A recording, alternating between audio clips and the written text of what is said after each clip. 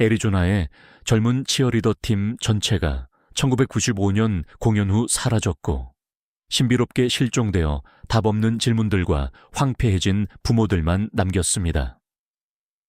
그러나 20년 후 한 등산객이 사막에서 충격적인 것을 발견합니다.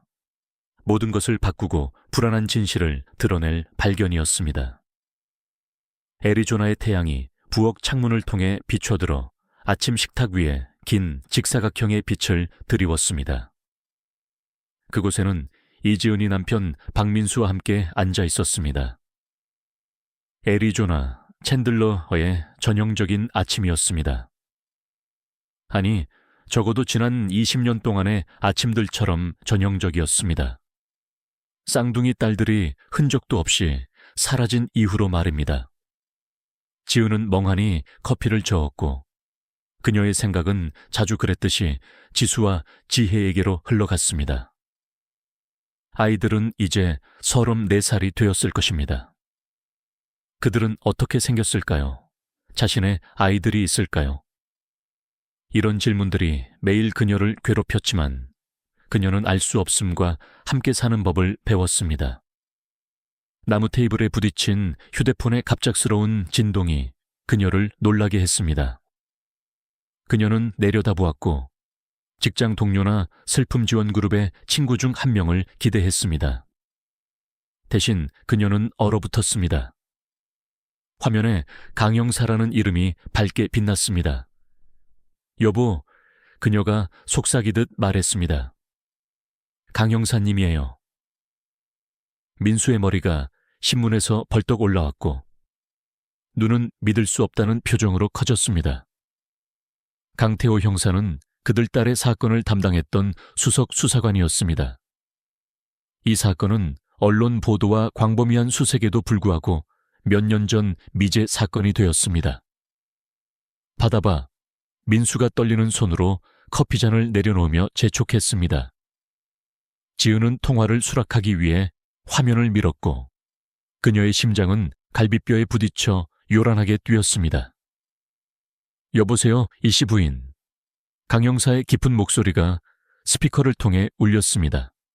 아침을 방해하지 않았으면 합니다. 전혀요. 지은이 민수가 들을 수 있도록 스피커폰으로 전환하며 대답했습니다. 무슨 일이신가요? 따님의 사건에 대한 중요한 업데이트가 있습니다. 형사가 신중한 어조로 말했지만 지은의 위장을 조이게 만드는 긴박함이 내재되어 있었습니다. 어떤 업데이트요? 그녀가 약간 떨리는 목소리로 물었습니다. 20년간의 침묵 후에 어떤 전개도 불가능해 보였는데요. 발견하셨나요? 전화로 모든 것을 설명할 수는 없습니다.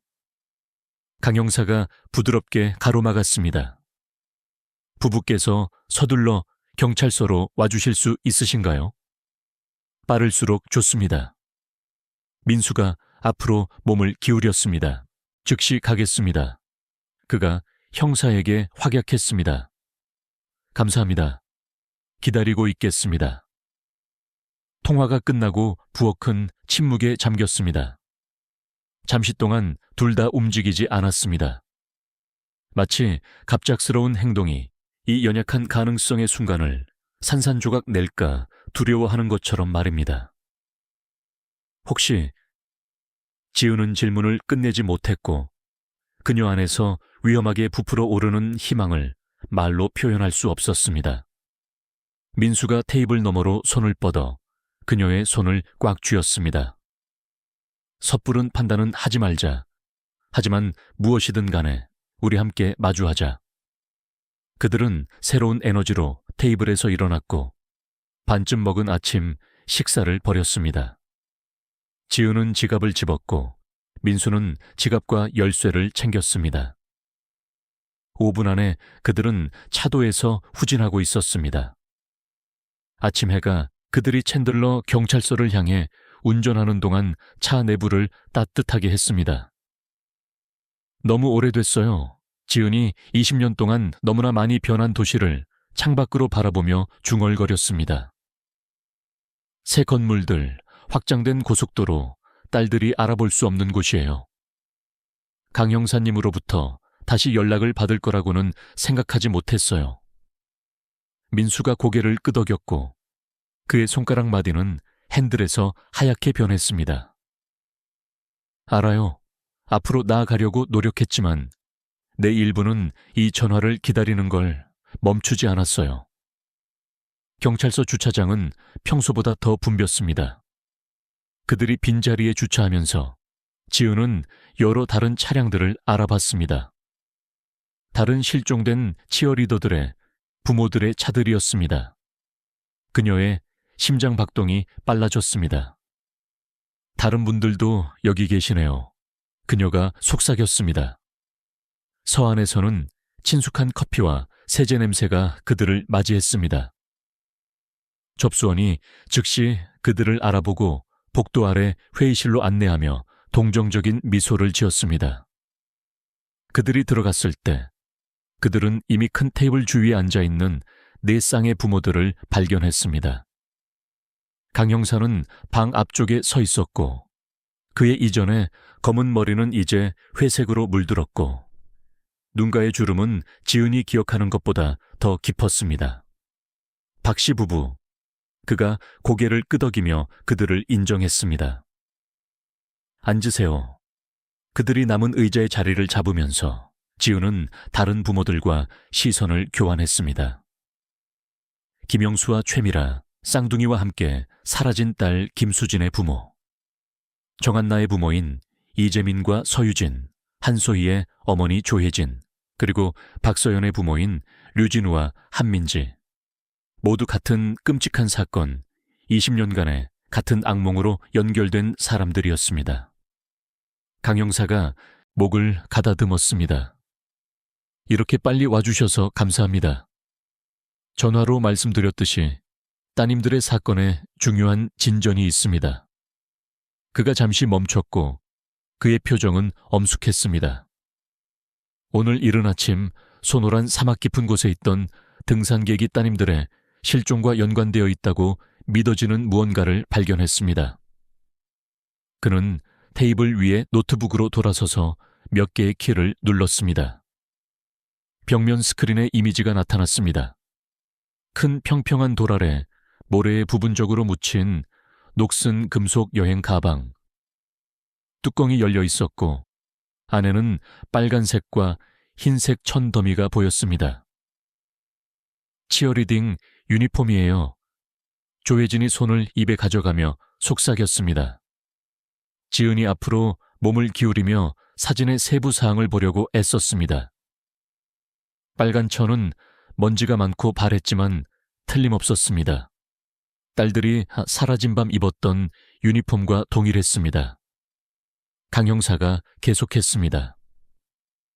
등산객은 개와 함께 있었을 때 발견했습니다. 그들은 일반적인 등산로에서 멀리 떨어진 지역을 탐험하고 있었습니다. 많은 사람들이 그곳을 지나가지 않아요. 왠지 그의 개가 냄새를 맡고 땅을 파기 시작했어요. 그때 여행 가방을 발견했습니다. 정확히 어디였나요? 민수가 눈에 보이는 감정에도 불구하고 안정된 목소리로 물었습니다. 챈들러에서 약 30마일 떨어진 사막의 외딴 구역이었습니다. 형사는 다른 이미지로 전환했습니다. 발견 장소 주변에 황량한 풍경을 보여주는 더 넓은 샷. 우리는 이미 그 지역을 처리하기 위해 법의학팀을 보냈습니다. 우리가 거기 가야 해요. 지은이 단호하게 말했고 자신의 결단력에 스스로 놀랐습니다. 제가 그 장소를 직접 봐야 해요. 다른 부모들이 동의하며 중얼거리고 급하게 고개를 끄덕였습니다. 강 형사가 인상을 찌푸렸습니다. 그럴 필요는 없습니다. 우리가 여행 가방과 그 내용물을 분석을 위해 연구실로 가져오고 있습니다. 등산객은 오늘 오후에 와서 공식 진술을 할 것입니다. 제발요, 최미라가 애원했습니다. 20년 동안 알지 못한 후 우리는 이것을 직접 봐야 해요. 형사는 그들의 얼굴을 둘러보다가 한숨을 쉬었습니다. 먼저 현장팀과 확인해야 합니다. 그는 손에 전화기를 들고 방을 나갔습니다. 그가 없는 동안 부모들은 낮은 목소리로 이론을 교환했습니다. 지우는 그들의 말에 거의 집중할 수 없었습니다. 그녀의 마음은 가능성들로 가득 차 있었습니다. 그 유니폼들은 최근에 그곳에 놓였을 것입니다. 왜 이 모든 시간이 지난 후 지금인가요? 강 형사는 몇 분 후에 돌아왔습니다. 현장팀이 현장에 오실 수 있다고 합니다. 하지만 규칙을 따라야 합니다. 테이프 뒤에 머물고 아무것도 만지지 말고 현장의 경찰관들의 지시를 따르세요. 안도감이 지은을 휩쓸었습니다. 감사합니다. 우리가 그곳까지 따라가겠습니다. 민수가 덧붙였습니다. 형사가 고개를 끄덕였습니다. 실 5분 후에 출발합니다. 운전은 약 1시간 걸립니다. 그들이 회의실에서 나가면서 지우는 두려움과 희망의 이상한 혼합을 느꼈습니다. 20년간의 궁금증이 드디어 오늘 끝날 수도 있습니다. 그녀는 차로 걸어가면서 민수의 손을 꽉 쥐었습니다. 앞으로 무엇이 놓여있든 그들이 함께 마주할 것이라는 무언의 상기였습니다. 차량 행렬은 늦은 아침 태양 아래 챈들러를 떠났습니다. 강 형사의 표시 없는 경찰차가 선두를 이끌고 그 뒤를 답을 갈망하는 부모들을 태운 5대의 민간 차량이 따랐습니다. 지우는 도시 풍경이 점차 사막 관목지로 바뀌는 것을 보면서 그녀의 생각은 그 밤으로 돌아갔습니다. 스크립트 계속. 1995년 11월 3일 밤. 엄마, 우리 늦겠어요. 14세 지수가 계단을 뛰어 내려오며 외쳤습니다. 그녀의 빨간색과 흰색 치어리딩 유니폼이 그녀가 움직일 때마다 흔들렸습니다. 알았어, 알았어. 지은이 웃으며 차 열쇠를 집었습니다. 내 언니는 어디 있니? 여기요. 지혜가 작은 은색 별 귀걸이를 끼우며 현관에 나타났습니다. 부모가 생일에 준 귀걸이. 그날 밤 챈들러 고등학교에서의 치어리딩 경연대회는 전형적인 지역 행사였습니다. 체육관은 자랑스러운 가족들로 가득 찼고 5명의 소녀들로 구성된 챈들러 타이거스 팀은 완벽하게 루틴을 수행했습니다. 지수, 지혜, 수진, 한나, 소희 모두 2학년이고 스포츠에 대한 열정으로 단단히 묶여 있었습니다. 오후 10시 30분경 행사가 끝났습니다. 지은과 민수는 다른 부모들과 함께 체육관 밖에서 기다렸습니다. 소녀들은 유니폼을 갈아입고 짐을 챙기기 위해 안에 머물렀습니다. 11시가 되어도 그들은 나오지 않았습니다. 11시 15분에 지은은 안으로 들어가기로 결정했습니다. 탈의실은 비어 있었습니다. 모든 소지품이 그대로였습니다. 가방들, 휴대폰들, 지갑들. 하지만 소녀들은 없었습니다. 경찰이 불렸습니다. 수색이 시작되었습니다. 하지만 5 소녀는 마치 공기 중으로 사라진 것처럼 흔적도 없이 사라졌습니다. 현재로 돌아와서 차량 행렬이 사막 도로를 따라 이동했고 바위가 많은 지형이 양쪽으로 펼쳐졌습니다. 지은은 창밖을 바라보며 이 광활하고 무자비한 풍경에서 20년 전에 무슨 일이 일어났는지 궁금해했습니다. 그들이 목적지에 가까워지자 강 형사가 비포장 도로로 방향을 틀었습니다. 차량들이 울퉁불퉁한 길을 천천히 따라가면서 먼지 구름이 뒤에서 솟아올랐습니다. 마침내 그들은 몇 대의 경찰 차량이 표시 테이프 주변에 주차되어 있고 법의학팀이 이미 현장을 조사하고 있는 곳에 도착했습니다. 모두가 차에서 내렸고 사막의 열기가 즉시 그들을 강타했습니다. 강 형사가 현장 담당 경찰관에게 그들을 안내했고 경찰관은 노란색 테이프 뒤에 서 있으라고 지시했습니다. 지은은 테이프 너머를 바라보며 큰 평평한 바위를 보았습니다. 여행 가방은 이미 제거되었지만 그것이 묻혔던 자리는 여전히 보였습니다. 오랜 세월 동안 비밀을 숨겼던 모래 속에 얕은 움푹 들어간 곳. 여기 얼마나 오래 있었을까요? 김영수가 목소리를 떨며 물었습니다. 법의학팀은 최근에 묻혔다고 생각합니다. 강 형사가 대답했습니다. 아마도 몇 주 전, 모래의 교란이 비교적 최근이에요. 하지만 유니폼은 20년 된 것이에요. 지은이 말했습니다. 그들은 왜 지금까지 기다렸다가 묻었을까요? 그게 우리가 알아내려고 하는 것입니다. 형사가 말했습니다. 누군가가 증거를 제거하려고 했거나 우리가 그것을 찾길 원했을 수 있습니다. 한 법의학 기술자가 다가왔습니다. 형사님, 여행 가방 안에서 다른 것을 발견했습니다. 그가 증거 봉투를 건넸습니다. 강 형사가 그것을 검사했고 그의 표정이 심각해졌습니다. 이게 친숙하게 보이시나요? 그가 지은에게 봉투를 보여주었습니다. 안에는 작은 은색 별 귀걸이가 있었습니다. 지은의 심장이 멈췄습니다. 그건 제가 지수와 지혜에게 준 귀걸이에요. 그들의 14번째 생일에요. 민수가 가까이 다가와 봉투를 더 가까이 들여다보았습니다. 확신하세요? 확신해요. 지은이 속삭였습니다. 제가 직접 골랐어요. 각각 3개의 작은 다이아몬드가 박힌 작은 별. 한 세트 중 하나예요. 강 형사가 고개를 끄덕였습니다.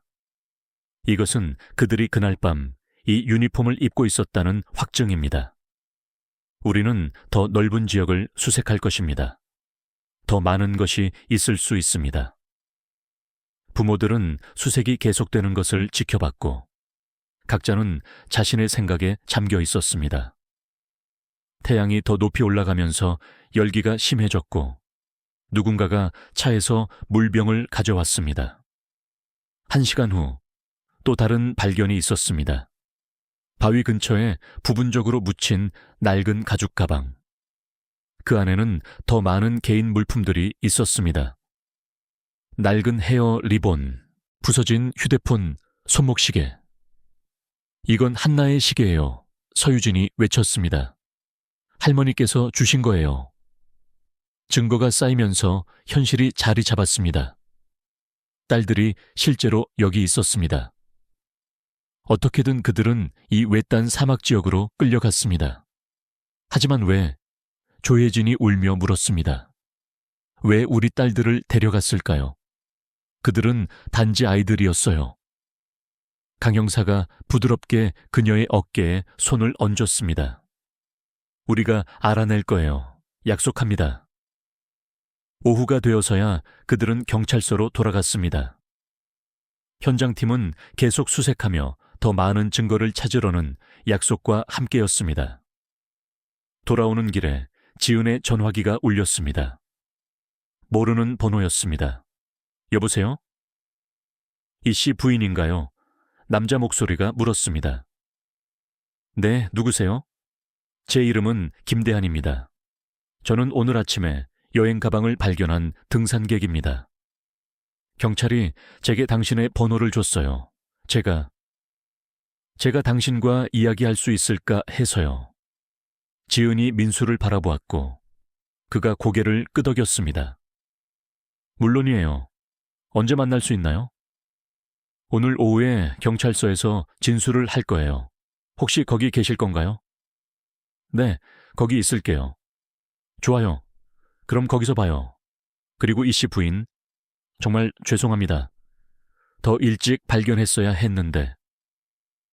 당신 잘못이 아니에요. 지은이 부드럽게 말했습니다. 당신이 발견해 주셔서 감사합니다. 통화가 끝나고 지은은 다시 창밖을 바라보았습니다. 20년 동안 그녀의 딸들은 어디 있었을까요? 그들은 아직 살아있을까요? 그날 오후 늦게 김대한이 경찰서에 도착했습니다. 그는 30대 중반의 남자로 튼튼한 체격에 날씨에 그을린 얼굴을 하고 있었습니다. 그의 독일 셰퍼드 맥스가 그와 함께 있었습니다. 이 씨 부인 박 씨, 그가 인사하며 악수를 했습니다. 제가 여러분의 딸들을 찾는데 도움이 되길 바랍니다. 그들은 작은 회의실에 앉았고 대안은 그의 발견에 대해 설명했습니다. 저는 자주 하이킹을 나가요. 그가 시작했습니다. 맥스와 저는 새로운 트레일을 탐험하는 것을 좋아해요. 오늘 아침 우리는 보통 가지 않는 지역에 있었어요. 평소 경로에서 꽤 멀리요. 맥스가 무언가의 냄새를 맡았어요. 저는 그가 그런 식으로 행동하는 것을 본 적이 없어요. 정말 흥분하고 거의 미친 듯이 땅을 파기 시작했어요. 저는 그를 말리려고 했지만 그는 계속했고 그때 금속을 보았어요. 처음에는 그냥 오래된 쓰레기라고 생각했어요. 하지만 여행 가방을 파내자마자 안에 천을 보았어요. 그리고 귀걸이를 보았어요. 뭔가 잘못되었다는 것을 알았어요. 그래서 즉시 경찰에 전화했어요. 지은이 고개를 끄덕였습니다. 당신이 전화해 주셔서 정말 감사해요. 그 지역을 탐험하게 된 이유가 있나요? 대안이 잠시 망설였습니다. 실은 저는 오랫동안 여러분 딸들의 이야기를 따라왔어요. 실종되었을 때 저는 대학생이었고 항상 무슨 일이 일어났는지 궁금했어요. 지난 몇 년 동안 저는 제가 무언가를 찾을 수 있을지 보기 위해 다른 지역을 탐험하기 시작했어요. 오늘 마침내 무언가를 찾았어요. 민수가 앞으로 몸을 기울였습니다. 그 지역에서 다른 것을 본 적이 있나요? 평소와 다른 어떤 것이라도. 대안이 고개를 끄덕였습니다. 실은 네. 몇 달 전에 같은 일반 지역에서 차량 자국을 보았어요. 비포장 도로에서 벗어나 있었고 최근에 만들어진 것 같았어요. 그때는 별로 생각하지 않았지만 지금은 자국이 어디로 이어졌나요? 강 형사가 이제 방으로 들어오며 물었습니다. 동쪽으로 더 깊은 사막으로 대안이 대답했습니다. 저는 그것들을 오래 따라가지 않았어요. 너무 거칠었고 맥스가 피곤해했어요. 하지만 그들은 확실히 어딘가로 향하고 있었어요. 강 형사가 메모를 적었습니다. 당신이 우리에게 정확한 위치를 보여줄 수 있나요? 물론이에요. 대안이 동의했습니다. 언제든지. 내일 아침 형사가 결정했습니다. 우리는 그 차량 자국을 따라가서 그들이 어디로 이어지는지 볼 것입니다. 지은이 희망이 다시 타오르는 것을 느꼈습니다. 어쩌면, 단지 어쩌면 그들이 마침내 무슨 일이 일어났는지 알아낼 것입니다. 그날 밤 지은은 잠을 이룰 수 없었습니다. 그녀는 옆에 누워있고 조용히 코를 고는 민수 옆에서 천장을 바라보았습니다. 그녀의 마음은 가능성들로 가득 찼습니다. 딸들이 아직 살아있다면 20년, 그것은 긴 시간입니다. 너무 길어요. 하지만 희망은 끈질겼습니다. 그녀는 침대에서 일어나 복도를 따라 소녀들의 옛 침실로 걸어갔습니다. 그들은 모든 것을 소녀들이 떠난 그대로 유지했습니다. 침대에 있는 박제 동물들, 벽에 있는 포스터들, 책장에 있는 책들. 지우는 지수의 침대 가장자리에 앉아 베개를 들어 올렸습니다.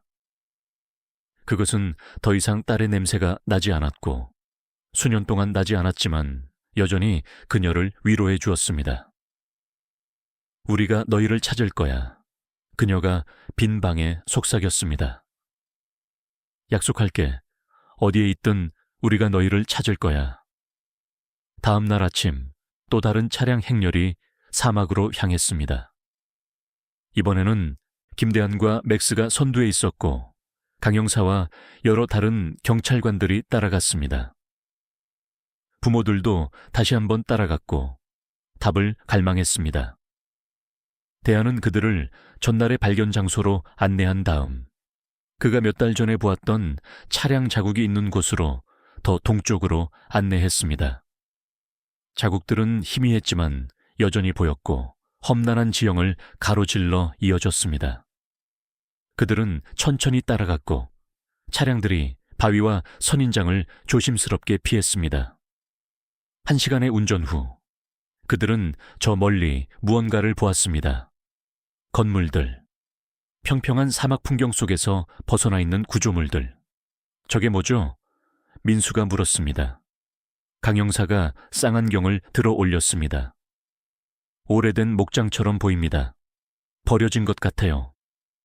그들이 가까이 다가가자 더 많은 세부 사항이 보이기 시작했습니다. 여러 개의 건물들, 큰 헛간, 작은 집 몇 채, 그리고 울타리로 둘러싸인 넓은 부지. 하지만 버려진 것으로 보이는 것과 달리 건물들은 합리적으로 좋은 상태였습니다. 그리고 밖에 주차된 차량 몇 대가 있었습니다. 강 형사가 즉시 경계했습니다. 모두 여기 뒤에 머물러요. 그가 명령했습니다. 이건 더 이상 단순한 수색이 아니에요. 그는 무정의로 백업을 요청했고 다른 경찰관들은 조심스럽게 부지에 접근했습니다. 지으는 차에서 심장이 쿵쿵거리며 지켜봤습니다. 이게 뭐죠? 누가 여기 사는 거죠? 경찰관들이 주 건물에 도달했을 때 문이 열렸습니다. 한 남자가 나왔습니다. 40대 후반, 긴장한 표정. 도와드릴까요? 그가 외쳤습니다. 경찰입니다. 강 형사가 자신을 밝혔습니다. 이 부지의 소유자와 이야기해야 합니다. 남자가 망설였고 그의 눈이 주차된 차량들을 향해 흘끗 보았습니다. 주인은 여기 안 계세요. 그럼 당신은 누구죠? 저는 단지 관리인이에요. 이곳을 관리해요. 혼자요? 아니요, 저에게는 직원이 몇 명 있어요. 강 형사가 앞으로 한 걸음 나아갔습니다. 우리가 둘러봐도 될까요? 남자가 더 긴장해졌습니다. 영장이 있으세요? 필요하다면 얻을 수 있어요. 하지만 협조해 주신다면 이 과정이 훨씬 쉬워질 것입니다. 남자가 주저했고 그의 눈이 다시 건물들을 향해 움직였습니다. 지은은 그가 무언가를 숨기고 있다는 것을 알 수 있었습니다. 저기, 대안이 갑자기 외쳤습니다. 헛간 창문에 모두가 돌아봤습니다. 한순간 동안 창문에서 희미한 움직임이 있었습니다. 누군가가 밖을 내다보다가 재빨리 물러났습니다. 강 형사는 더 기다리지 않았습니다. 건물을 확보하세요. 그가 그의 팀에게 명령했습니다. 경찰관들이 앞으로 이동했고 관리인은 항의하려 했지만 빠르게 제압당했습니다. 지은과 다른 부모들은 경찰이 건물에 들어가는 것을 채서 지켜봤습니다. 몇 분이 영혼처럼 느껴졌습니다. 그리고 나서 그들은 그것을 들었습니다. 헛간 안에서 비명. 누군가가 도움을 외치고 있었습니다. 더 많은 경찰관들이 안으로 달려갔습니다. 몇 분 후 그들은 사람들을 데리고 나오기 시작했습니다. 젊은 여성들, 더럽고 겁에 질려 있지만 살아 있었습니다. 지은의 심장이 멈췄습니다. 그 소녀들 중 한 명. 지수! 그녀가 비명을 지르며 차에서 뛰쳐나갔습니다. 소녀가 돌아봤고 그녀의 눈이 커졌습니다. 엄마? 그들은 사막 먼지 속에서 만났고 20년을 다리로 지으며 포옹했습니다. 지은은 딸을 꽉 안았고 이것이 꿈이 아닌지 확인하기 위해 충분히 세게 안았습니다. 너야. 그녀가 울며 속삭였습니다. 정말 너야. 민수가 그들에게 달려왔고 그의 팔로 두 사람을 감쌌습니다. 다른 부모들도 나왔고 다른 소녀들과 재회했습니다. 수진, 한나. 하지만 모두가 있는 것은 아니었습니다. 지은은 주변을 둘러보았고 그녀의 심장이 가라앉았습니다. 지혜는 그녀가 지수에게 물었습니다. 내 언니는 어디 있니? 지수의 얼굴이 무너졌고 그녀의 눈에 눈물이 가득 찼습니다. 엄마, 저는 너무 죄송해요. 그리고 지은은 알았습니다. 그녀의 딸 중 한 명이 돌아왔지만 다른 한 명은 영원히 사라졌습니다. 경찰서로 돌아가서 생존자들은 천천히 그들의 이야기를 들려주기 시작했습니다. 20년간의 지옥, 20년간의 캡티비티. 그날 밤 1995년 7월 3일 그들은 행사 후 체육관을 떠났습니다. 주차장에서 한 남자가 그들에게 다가와서 코치가 그들과 이야기하고 싶어 한다고 말했습니다. 그들은 그를 따라갔고 외딴 지역의 밴으로 갔습니다. 그때 다른 남자들이 나타났습니다. 소녀들은 밴에 강제로 태워졌고 사막으로 끌려갔습니다. 납치자들은 목장에서 불법 작전을 운영하고 있었습니다. 마약 밀매, 돈 세탁. 소녀들은 우연히 잘못된 시간에 잘못된 장소에 있었습니다. 그리고 남자들이 그들을 본 후에는 그들을 보내줄 수 없었습니다. 그래서 그들은 그들을 헛간 아래 숨겨진 지하 공간에 가뒀습니다. 수년 동안 그들은 거기서 살았고 태양이나 자유를 거의 보지 못했습니다. 몇몇은 탈출하려고 했습니다. 지혜와 서연이 3년 전에 시도했습니다. 그들은 거의 해냈습니다. 하지만 그들은 잡혔고 리더인 유태성은 예를 보이기로 결정했습니다. 그는 다른 소녀들이 보는 앞에서 그들을 죽였습니다. 소희도 5년 전에 병으로 사망했습니다. 제대로 된 의료치료 입시 없이 그녀는 살 기회가 없었습니다. 지수, 수진, 한나만 살아남았습니다. 그들은 버텼고 서로에게 의지하며 언젠가 구조되기를 희망했습니다. 그리고 마침내 그들은 구조되었습니다. 몇 주 후 유태성과 그의 공범자들은 체포되었습니다. 증거는 압도적이었습니다. 목장에서 발견된 재정 기록들, 생존자들의 증언, 법의학 증거. 그들은 납치, 살인, 마약 밀매, 그리고 수많은 다른 범죄로 기소되었습니다.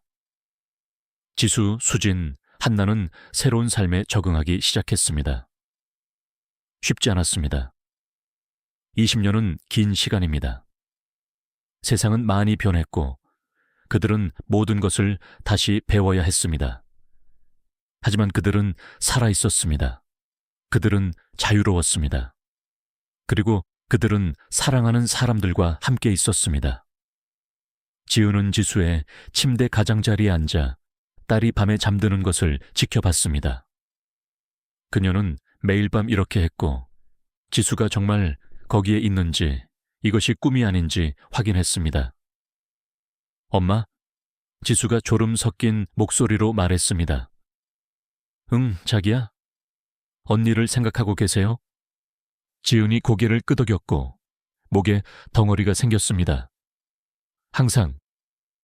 저도요. 지수가 속삭였습니다. 매일.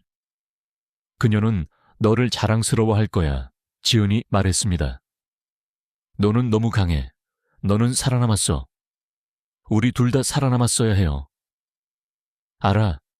지은이 딸의 머리를 쓰다듬으며 부드럽게 말했습니다.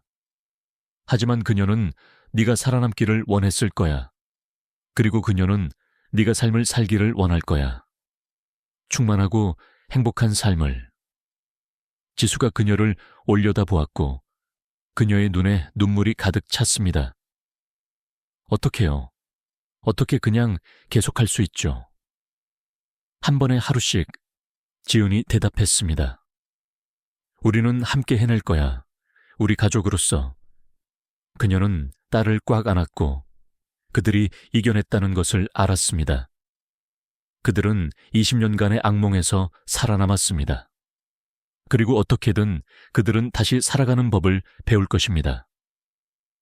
다음 날 아침 지은은 지혜의 사진이 걸려있는 벽난로 선반 앞에 서 있었습니다. 그것은 그들의 14번째 생일 파티에서 찍은 것이었습니다.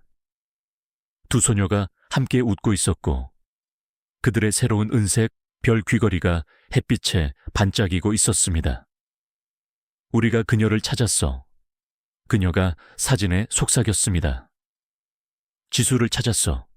그리고 우리는 내게 무슨 일이 일어났는지 알아. 우리는 그들이 책임을 지게 할 거야.